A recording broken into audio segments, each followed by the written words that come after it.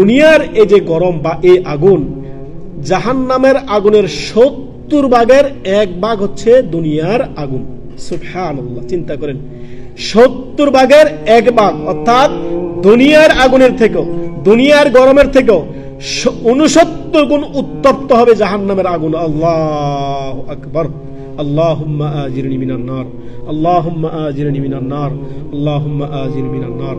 নবী সাল্লাল্লাহু আলাইহি সাল্লাম বলেছেন, যে ব্যক্তি ইখলাসের সাথে অন্তর দিয়ে আল্লাহর কাছে জাহান্নামের আগুন থেকে পরিত্রাণ চাইলো, আল্লাহ তাআলা তাকে জাহান্নাম থেকে মুক্তি দিবেন। দেখুন, আবু হুরায়রা রাদিয়াল্লাহু তাআলা আনহু থেকে হাদিস রয়েছে, তিনি বলেন যে গরমের প্রচন্ড উত্তপ্ততা হচ্ছে আপনার জাহান্নামের উত্তাপের একটি অংশ। যে একটু আগে বললাম, ৭০ ভাগের ১ ভাগ হচ্ছে দুনিয়ার গরম। জাহান্নাম রব্বুল আলামিনের কাছে নালিশ করলেন যে, হে আল্লাহ, আমার একটি অংশ আরেকটি অংশকে গ্রাস করে নিয়েছে। সুবহানাল্লাহ, মানে জাহান্নামে যে উত্তপ্ততায় একটি অংশ অপর অংশকে যেমন খেয়ে ফেলবে এমন। আল্লাহু আকবার।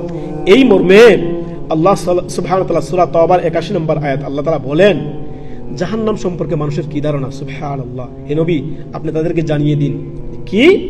কুল নারু জাহান্নাম আশাদ্দু হাররা, যে জাহান্নামের উত্তপ্ততা, জাহান্নামের আগুন অধিকতর গরম হবে। আশাদ্দু হাররা, সুবহান